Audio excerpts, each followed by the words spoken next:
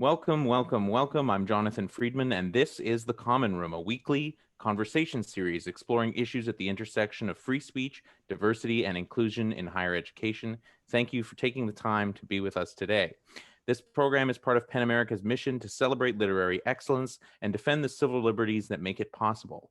PEN America is a membership organization for writers, journalists, scholars, and their allies, and I invite those of you who aren't familiar with our work to check it out and consider joining us in supporting our mission. I'm delighted today to be joined by Professor Neil Hutchins from the University of Mississippi, who is Professor of Higher Education and affiliated faculty at the School of Law at the University of Mississippi School of Law.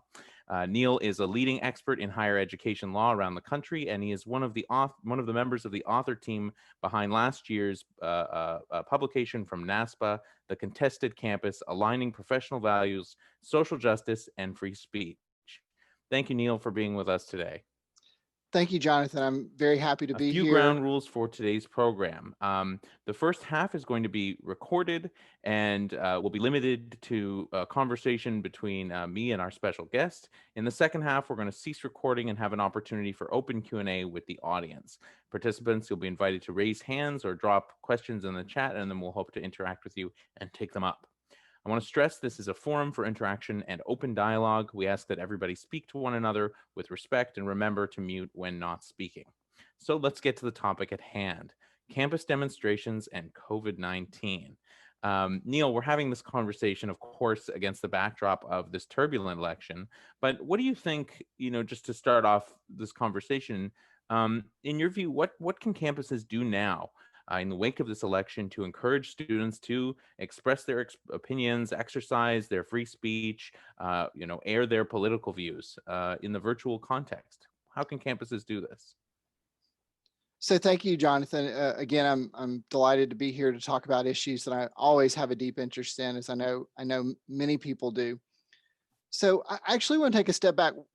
Before we get to virtual, one thing I noticed, and for instance, I think that George Washington University is a good example of this. They've actually put out guidance to students about, if you're in-person demonstration or protesting, about how to protect your public health.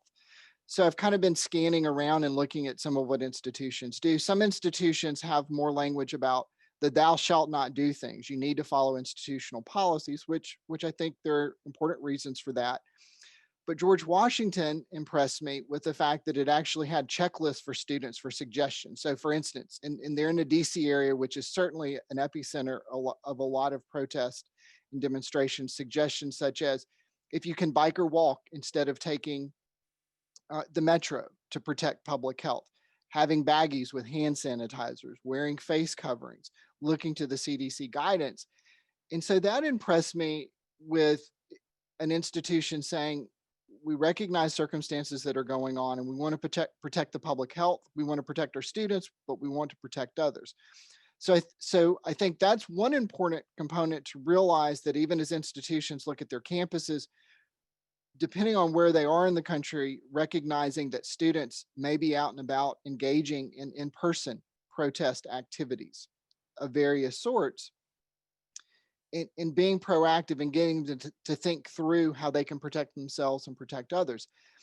I think in the virtual settings, and I do think institutions, and I've noticed at my own, I'll give some nice kudos there. I've noticed that with student organizations and other forums, such as that the institution has provided these virtual platforms for students to come together, including on topics that may be difficult for discussion. So one of the things that we can do, and it's very similar to what we're seeing in our classrooms, where we have synchronous, we have asynchronous instruction, but also creating those same kind of opportunities as we would do if most people were in person on campus, where we try to create the spaces for dialogue and conversation to bring students together. And so, again, at my own institution, I've seen examples of units in student affairs, for instance, trying to hold virtual events that they know that it may not be the same, but at least are trying to create some analogs to what would happen in person if more people were in campus on person, if we could have larger gatherings. And so I think that's an important part. I also want to give a hat tip to PEN America as we think about this virtual environment. before we really started, we were talking about how Twitter, for instance, has taken some really more proactive steps than we've seen previously to flag information from the President of the United States that is not truthful. I've been impressed with the kinds of things that PEN America has done, and I've seen, for instance, how do you engage with misinformation? And so, if we think about the virtual platform, we think about people having a voice. One of the components is how do we also try to inject ourselves in a way, whether that may be family members, that may be people on our campus or the general public. Whereas you started this session with respectful dialogue, but also bringing up issues where things like science and math can be given the respect that they deserve to have. And so I don't want to go on too much. I hope that addresses the question, but I think some of those kinds of modes of mentality, again, recognizing there's still going to be in-person aspects that take place regarding protest and demonstration. But in those virtual environments, just like we do in our classroom, and we've tried to create spaces for students, we need to create those for those ongoing dialogue and conversations that need to happen on an ongoing basis. I mean, it's interesting, right? So providing platforms, giving people virtual opportunities to converse with one another. But on that question of misinformation, or a group of students who wants to support something that the president has said, let's say, and that many experts say that the president has not told the truth about that issue, whatever it is. There are differences when we think about students or citizens, telling their family members or their friends, hey, don't share that, or that thing you shared, it wasn't actually true, or I'm concerned where you're getting your news sources and your facts because they don't hold up to scrutiny. There's a power dynamic there that's like, well, I'm just talking to people that I know. It seems quite different for the university, though, in thinking about how it can intervene or support science and math or truth, how it can support free speech at the same time as kind of hold itself to its own academic values around those issues. There's a power dynamic that's pretty different when you're a university, you're speaking with on behalf of or with that imprimatur. Any thoughts on how that can be balanced? And I think that's a really important point. I think a couple of things to keep in mind. Even now, when we have, for instance, instances of hateful or problematic speech on campus, institutions can still recognize, and I'm thinking more specifically of public institutions, can recognize that the speakers, even if it goes against, for instance, institutional values, institutional mission statements, have a legal right to express those views and voices. So again, if a university has created a platform that's very analogous to some kind of an open platform that would exist physically for students, I'm not advocating that then the university has this right to go in and moderate and to limit and to pick and choose the views that it likes or prefers. But even in a physical setting, so for instance, I'm on a campus where we periodically have appearances by protesters who I very strongly disagree with their views. So they may be members of neo-Confederacy groups, for example.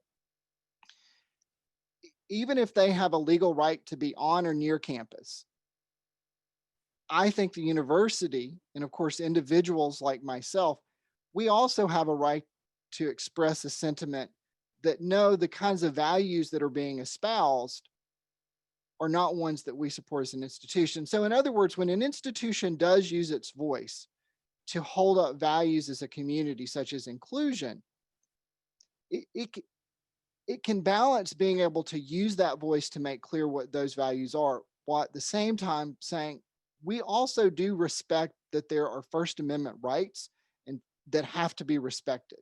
So sometimes I think that's presented as a zero-sum game, that you either shut down, you're either choosing to shut down or to support something. And one does have to be careful, but I think that it can be accomplished. And I see institutions on a pretty consistent basis. It can be messy, it can be difficult, but they allow speakers and others on campus who again have views and expressions that are very harmful or hateful to members of the campus community, where the institution allows that to happen. There may be police officers that are making sure those protest or demonstrations can happen. At the same time that that's happening, the university can say, we recognize there are important First Amendment rights here that we are obligated to respect as a public institution. but we can use our voice to support those members of the campus who are affected. And so in that way, I think there's some analog between the online and the physical environment. Right. We allow the speech to go forward, but we make clear where we stand on it. And I do think, and this is something that Penn has spoken a lot about, and it's a big theme in our online campus free speech guide is, how and why universities do have an obligation to speak out in those circumstances with their values, and make clear where they stand, particularly with, outside groups coming. Let's shift though and talk a little bit more about the pandemic and some of the unique challenges we face with it, because now many campuses, of course, reopened. They brought students back together. You have students living in some campuses in dorms, and in the wake of this election, I expect that we're going to see students and others organizing in cities and organizing through and across campuses. So how is it, in your head, universities can find the right way to safeguard public health in the way that we would expect any university to do that as a public institution, but also respect students and others' assembly rights? Is there a way that these two things can be held at the same time? I think during a pandemic, it can be challenging, and we've seen it beyond colleges and universities for states. There can be challenges, including some legal questions. But I do think institutions can take certain actions that can really attempt to thread that legal needle. So one thing quickly, and I know that we're not trying to have a law form here, but if we think about the right to speech that can exist on campus, often on campuses we're talking about something that we use the term a designated public forum, some kind of forum that's open for speech or expression, and that's somewhat equivalent to the square house, the public square. So in general, colleges and universities, and this will continue in the pandemic, they can't regulate speech on the basis of content or viewpoint, such as we like what this group has to say, we don't like what this group has to say.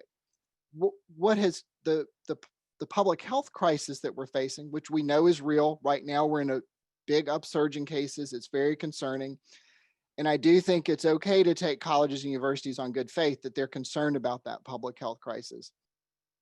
I actually think there's a question of, so again, if a college or university says we're going to regulate demonstrations on campus to where you have to have social distancing or masks, I don't think many courts are going to see that as an inhospitable time, place, or manner regulation. They're going to see that that's a public institution, for instance, trying to follow a state's directive, public health directives, for instance, for public health and safety under what's called the police powers of the state.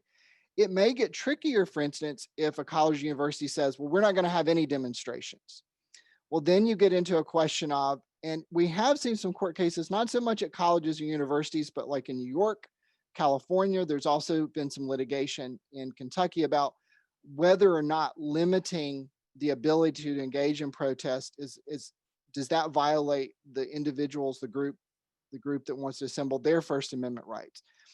And so really courts are considering that even under a time, place, or manner regulation, the governmental regulation needs to be narrowly tailored. It's got to serve a significant governmental interest, and you don't burden more speech than you have to. So a couple of things that have been interesting in some of those cases is, one, we were just talking about virtual platforms. One of the things that courts have considered is, especially during a pandemic, is the availability of social media platforms. Does that create the kind of alternative that could be sufficient? And when I look at the cases, and again, we've got really lower court cases, I think in New York and California, when you look at the health data, you've seen some courts that are sympathetic to that argument. But here's the caveat, and I'm going to pick on, I'm at a university, we're a member of the SEC. Football is very important. So if I'm in an SEC institution and I want to put out a ban on protest, and say a group wants to gather on Friday or Monday, but that Saturday there's a home game, and even though it's reduced capacity, we're going to have like 30,000 fans on campus. That starts to undercut those kinds of arguments. And so I think part of it's really a calculus that can be very specific to a particular institution. So we do have some institutions that they're operating really online. They're not having sporting events. They may also be in places that are having more unique challenges related to public health that are being taken into consideration. And those are the kinds of things that I think courts would weigh. But again, I also think outside of the legal analysis, and it's something that I know that we've talked about before, it's something that we raise in the contested campus, is institutions really want to approach these matters in an educational sense, not just a legalistic compliance kind of mentality. So recognizing that component and some common sense, an institution, for instance, that's having sporting events, having some in-person classes, they may find it a much more solid ground to say, okay, we're going to allow these events, but we want the social distancing. We want face masks. An example of where I saw that, for instance, I think it was a month or so ago at the University of Central Florida. There was really kind of one of these individuals at campus, a provocateur type that we now tend to see pretty regularly. The police threatened to remove her from campus, not because of her message, but because she would not abide by the face mask provision. And so I think those kinds of face mask and social distancing, and maybe saying, if you want to have an event, we're going to allow it to go forward. However, it's not going to be able to be at the same density as before. I think courts are going to be very sympathetic to that. Also, if we're looking at any kind of protest or demonstrations in not open spaces, but in buildings or enclosed places, I think the balance of public health concerns then start to tilt pretty heavily in an institution's favor. But again, I think institutions need to be very careful, not just to focus on this as we have legal authority to do things, so we're going to do them. They have to think about it very carefully and be reflective, and also recognize the times that we're in. These are compelling issues that are happening in our society right now. And no matter where one is on the political continuum, this seems to be a really important point for our country and our society. And if colleges and universities are supposed to be places that we want people thinking, or we want our students to be thinking about big ideas, then we need to have that in the calculus that we're applying when it comes to protest and demonstrations on campus. Well, I really like that point you made about the ways in which we think about how universities and colleges can respond to this, that it's not just the law, it's not just legalistic, that kind of educational element, which is, of course, how they should, is a kind of core value in the academy in terms of how we think about their role in socializing and helping young people. So it's interesting to also to hear your points about the importance about content neutrality and the kind of compelling justification surrounding public health for restricting or regulating the ways in which people, might gather and protest. I mean, it is though so difficult to be consistent. If you particularly, let's say, you have an internal group of students versus an outside group that's marching through the campus versus, a football game. It is difficult sometimes to be consistent across those political issues, particularly, maybe not necessarily in terms of the policies which are written, but in terms of the ways that they are applied. I mean, humans on campuses are notoriously, we have our political biases, we have the issues we favor, we have the groups we're more sympathetic to. So I'm just curious if you have any thoughts about how universities can make sure that they're being consistent on these issues, and is there a limit to how much they might want to think about when is there a kind of a limit or a threshold they shouldn't cross when thinking about how they might regulate how people gather?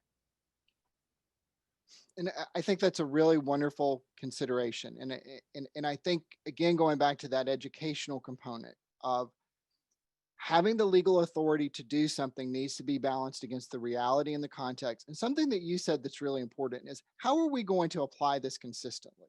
So for instance, if we're going to impose conduct sanctions on students who potentially violate our campus policies about gatherings, well, let's make sure, are we really, really being consistent about that?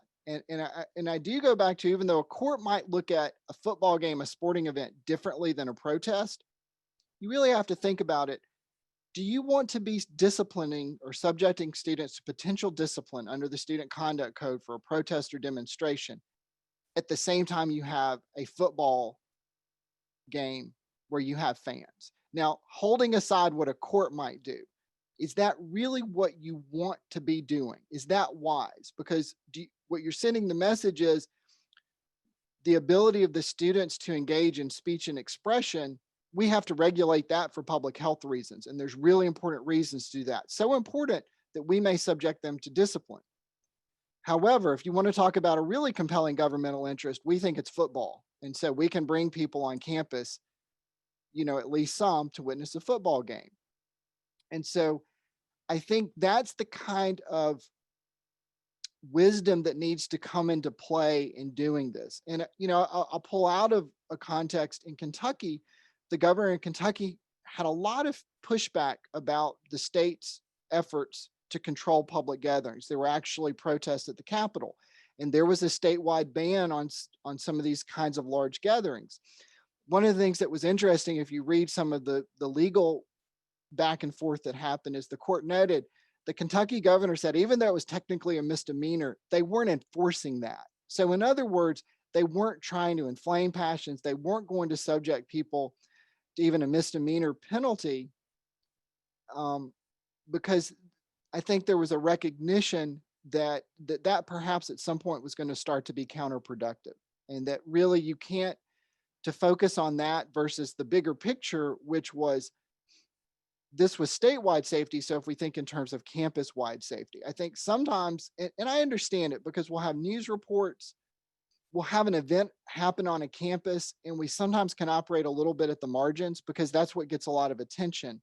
But I think we have to keep that overall bigger perspective in mind. And so, for instance, maybe we had a group of students that they might have not complied like we wanted to. Does that mean that we really want to get in the business then that we're going to lower the hammer on that group of students? But we really know we don't, that's not the relationship we're looking to build with our students. Now, with that said, I do think institutions, this is a public health crisis, and it has to be taken seriously. Again, looking to the Trump rallies, we're getting some research that indicates those were spreader events. Those are going to be people who get sick. They're going to get other people sick. So if an institution knows it's in an area that's a particular hotspot and is taking that seriously, maybe they're not having sporting events. They may be completely online instruction.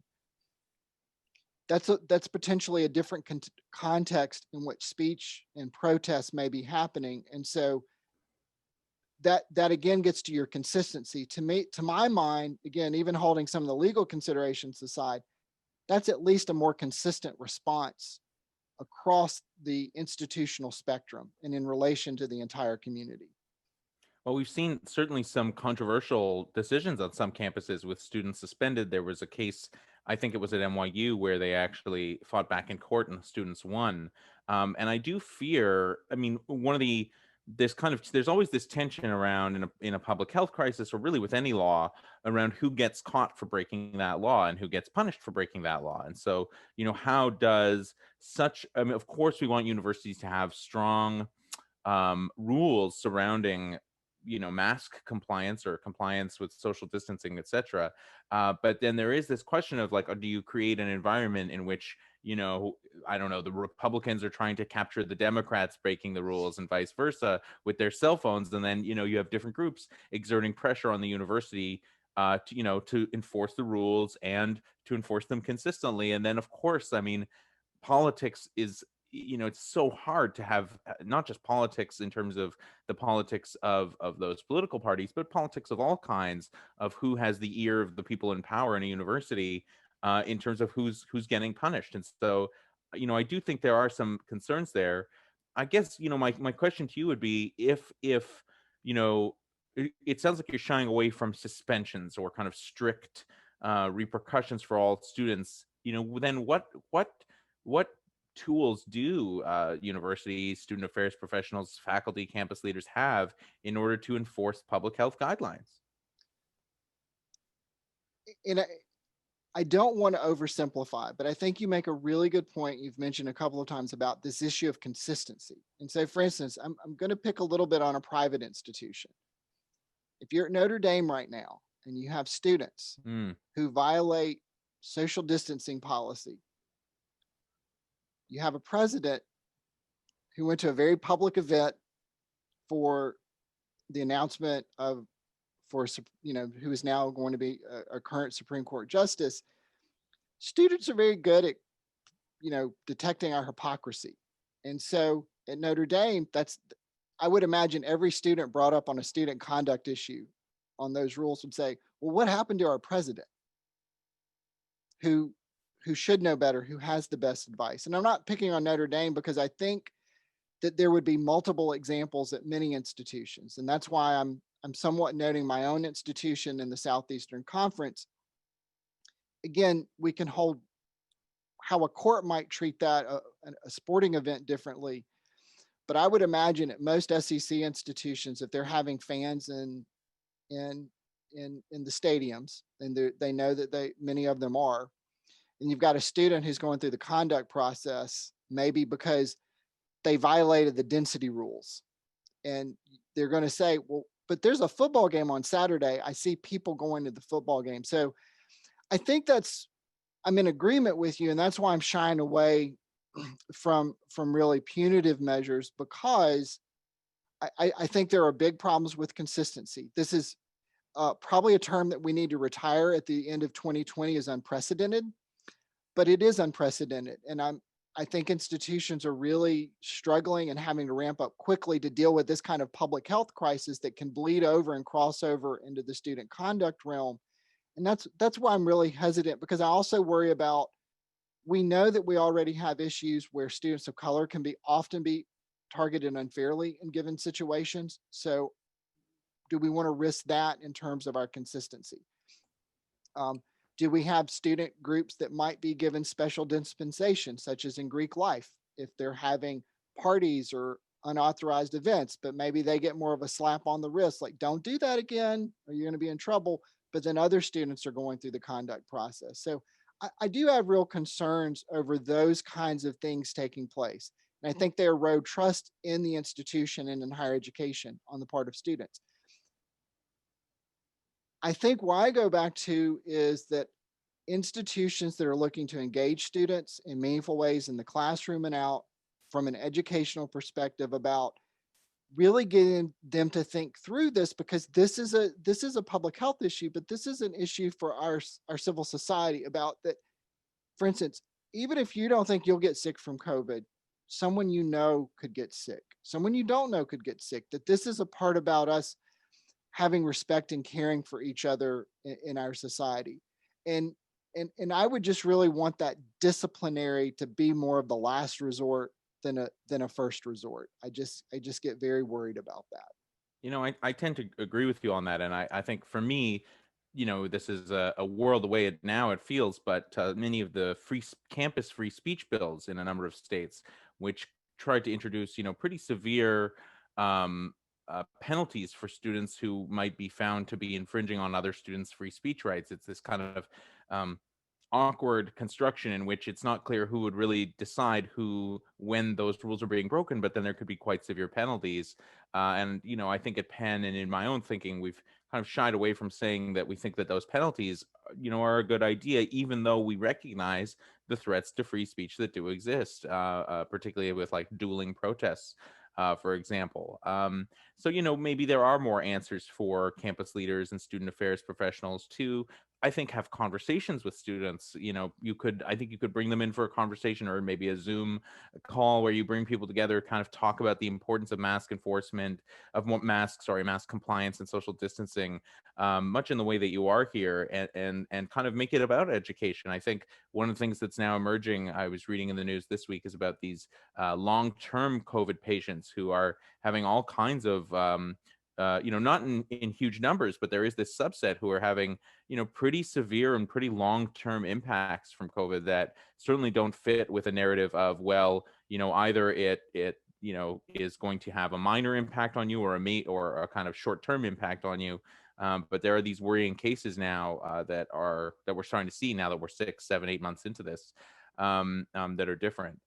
Let me ask you about another issue here then, which has come up a little bit. It came up at the University of Miami, where there were students who participated in a die-in, and then they were called in for a conversation, and they alleged that, they couldn't figure out how was it that the university identified them, and they alleged that the university used facial recognition software to identify them.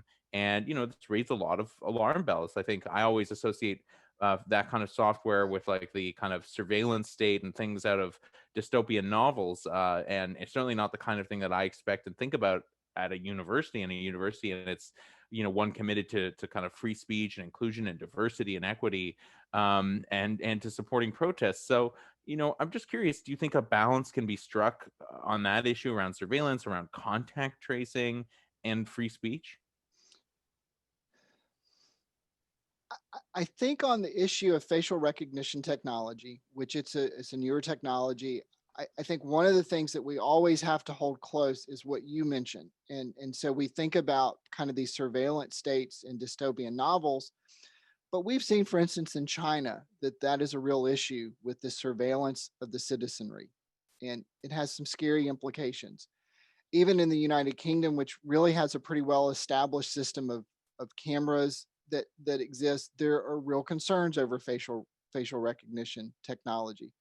So I think that colleges and universities need to tread very, very carefully in the use of this kind of technology.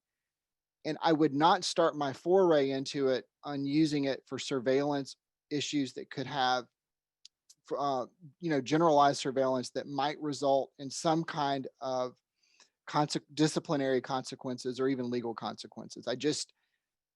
I think if we look at the state of the technology, we have a lot of questions and we have unknowns. So, for instance, one of the issues that's been cited with the technology that it can glitch a lot.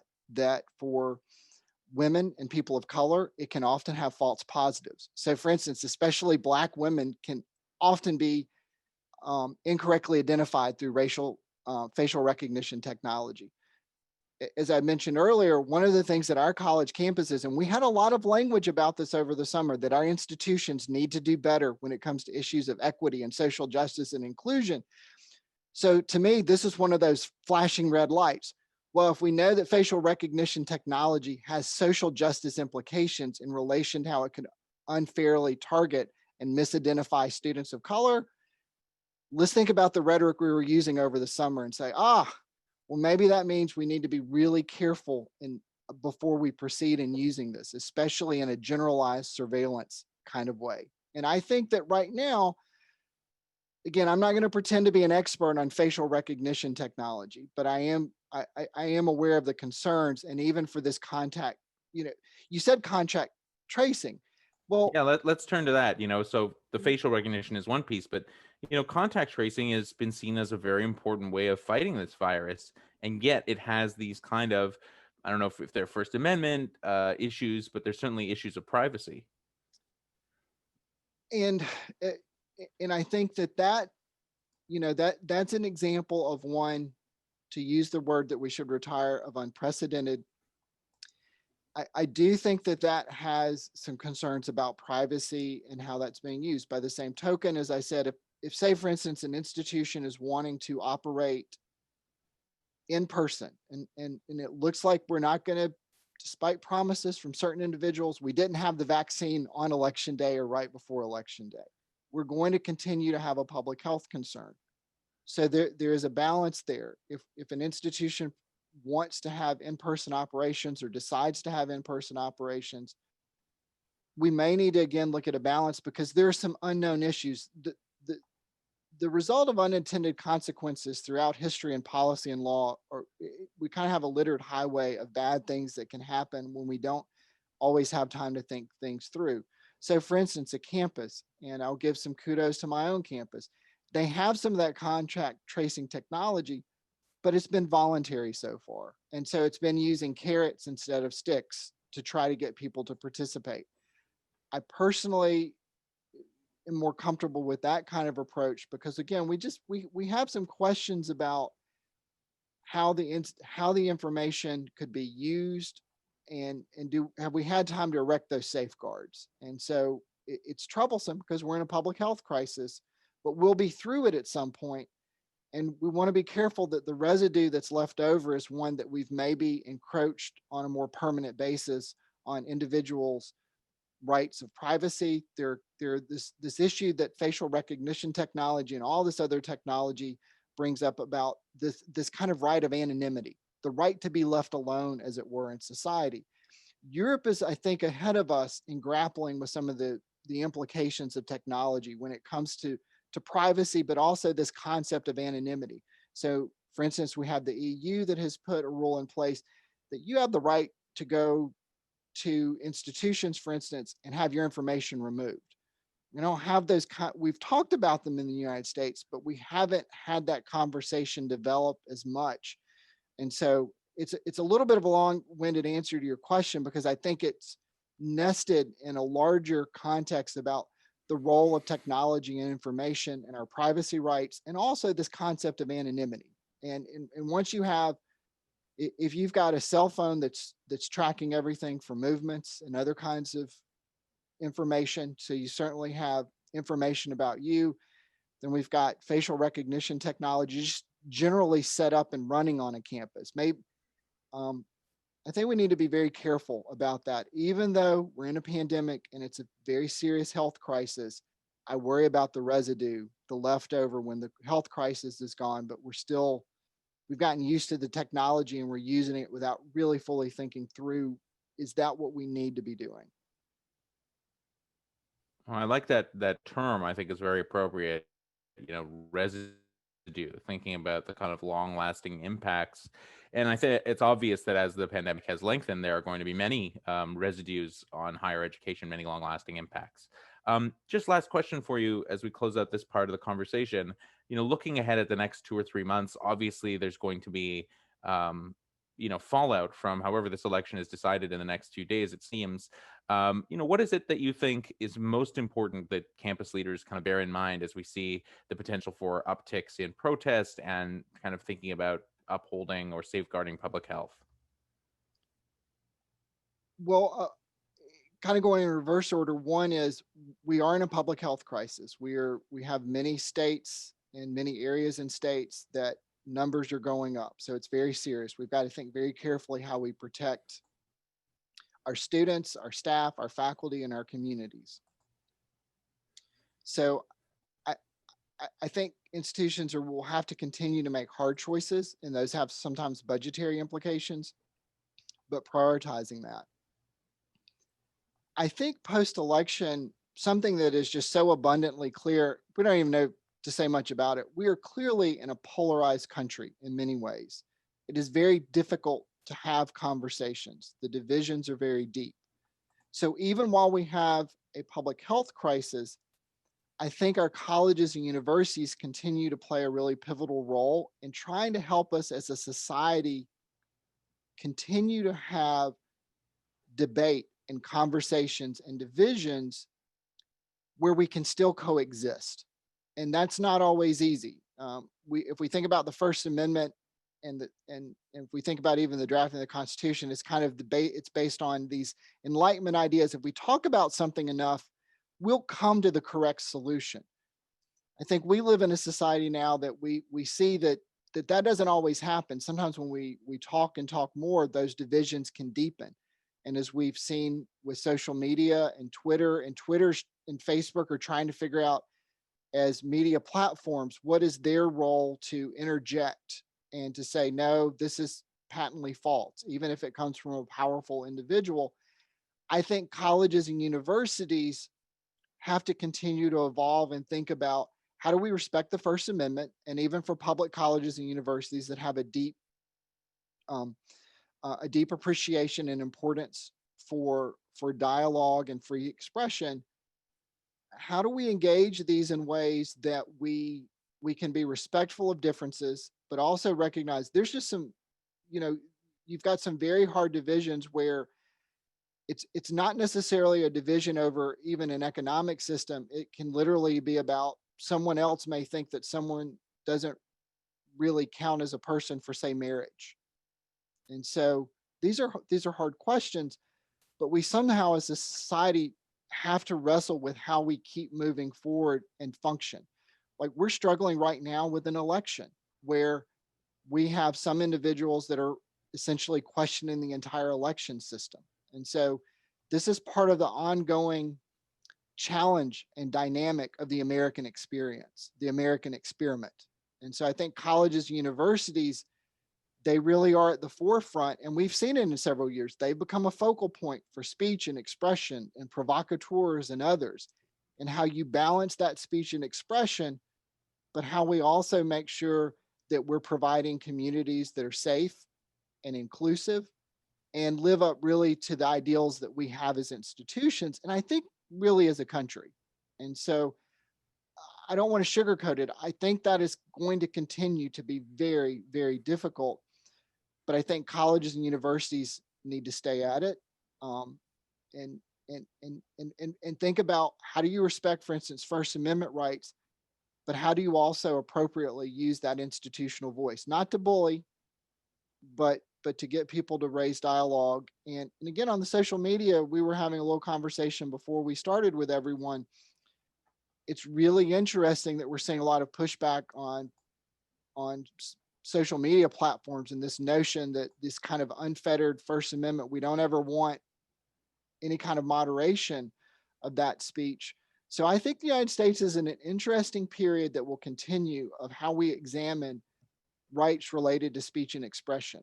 And we value what we do, but we certainly know that the rest of the world doesn't quite do it that way. And so maybe that's part of the really healthy part of that continual examination we need to engage in, and to question if what we're doing is the right thing to be doing.